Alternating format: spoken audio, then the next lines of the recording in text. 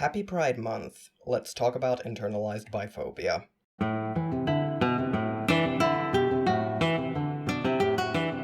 Specifically, my own internalized biphobia and the affectionately nicknamed Podcast of Make You Bi. Now, it may come as somewhat of a surprise to you, given the intro, the title, and everything else about this video, that the first thing I ever came out as was bisexual. I want to say, around 13 years old, and I could tell that the way I experienced attraction was definitely different from what the general average was. Since I didn't really seem to be more attracted to men than I was to women, I figured I was probably bi because that was the only word that even slightly seemed to fit at the time. Of course, I know now that that was an unfortunate misunderstanding on my part, given that I am in fact asexual. Yes, I am in fact equally sexually attracted to both men and women and, everyone. By which I mean I'm not. At all. I still remember very vividly telling my mom this. We were in the car, she was driving me home from school, and we were taking a different route home than usual. Probably because of road work, but I don't remember that well. I just remember very clearly sitting in the passenger seat driving down the wrong hill to where we lived at the time. It was a very chill moment, honestly. I just told her I thought I might be bi, or I'm probably bi, and she said something like, okay, and that was that. Now, here is where we run into the first, problem. Now, don't get me wrong, I love my mother. I adore her. I would not be alive without her. She has helped me so much in my life and genuinely is a great person. But right in this moment, yeah, here she did fuck up. 'Cause the next thing she did was, shall we say, encourage me very strongly to come out to my father, which I was not ready for. Because, for starters, this was also new to me. It wasn't something I'd thought long and hard about, and was absolutely ironclad sure about. To add to that, the trust level I had with my mom, compared to the trust level I had with my dad, not even on the same continent. Just because I feel comfortable telling my mom something does not mean I'm comfortable telling my dad. But I was 13, and she's my mother, so of course I listened to her. And I came out to my dad that very same day, despite really not wanting to. I honestly can't tell you how he reacted. I think there might have been a hug involved at some point, but I don't know if that was his choice or my mom's prompting. He obviously didn't throw me out or flip his lid or anything, but the only thing I really remember about that moment is standing in my room with my back to him and feeling so fucking scared. I don't remember how I phrased it, I don't remember what happened after it, I just remember being fucking terrified. I didn't want to come out to him yet, I wasn't ready, but I did anyway, and honestly, I so deeply wish I could just go back in time and tell myself that I didn't have to do that. That it doesn't matter what mom says, you don't have to come out to him yet. There's no obligation to. It doesn't matter that he's your father, you owe him nothing. Especially not this. You can choose to never come out to him if that's what you want and need, or you can do it at a later date, but you do not have to do it now.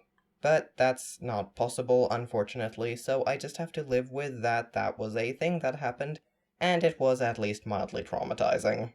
Though, again, I'm not telling you this to, drag my mom or anything. She's a wonderful person, and I've never told her this, so, hi, Mom, if you're watching, which you probably are, because I know you watch a lot of my videos. I don't blame you, and I'm fine. That's a lie, no, I'm not. My trauma around botched coming out is stuff I haven't had the opportunity to go over with a therapist, and really needs to be unpacked, but I will live.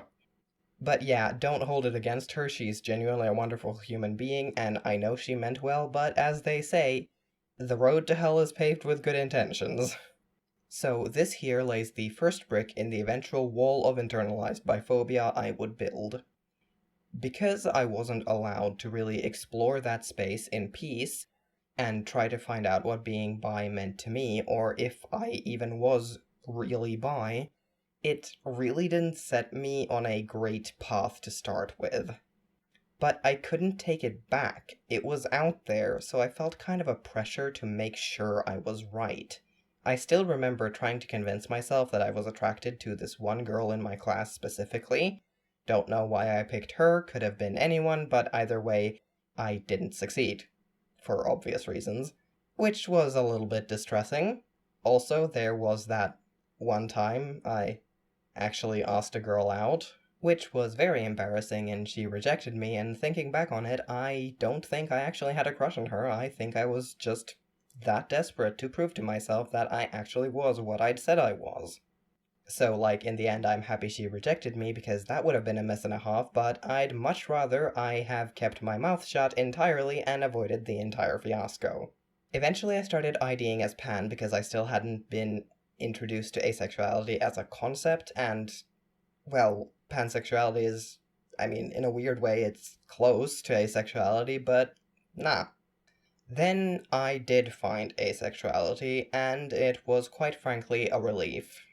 But that's right around the time when I ran up against the problem of, well, whomst the fuck am I romantically attracted to? Which is where this lovely little cross-section of transphobia, aphobia, and biphobia decided to all jump at me at once, and my brain decided internalized biphobia was the best path to take.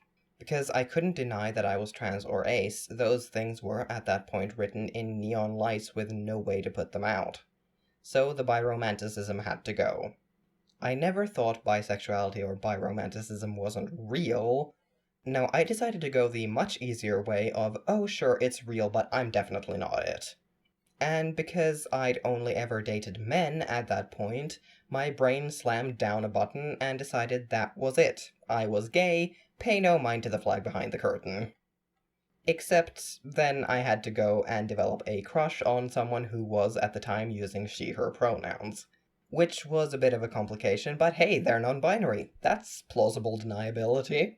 So I went on with my life and just squidged myself a little out of the gay box I'd shoved myself in, but still definitely not bi and absolutely 100% not interested in women.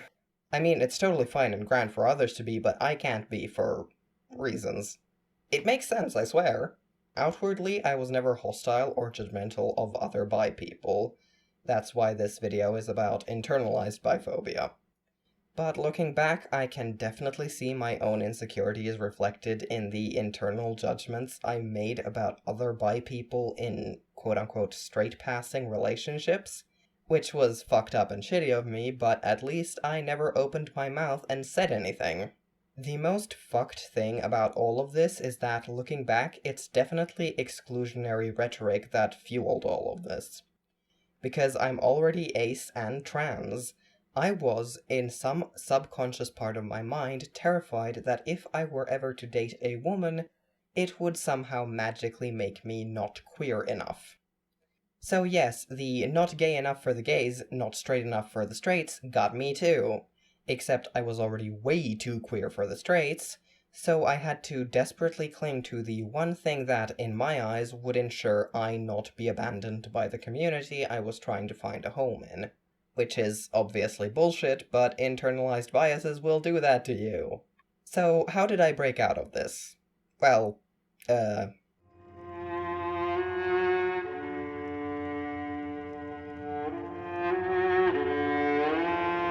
Rusty Quill presents The Magnus Archives.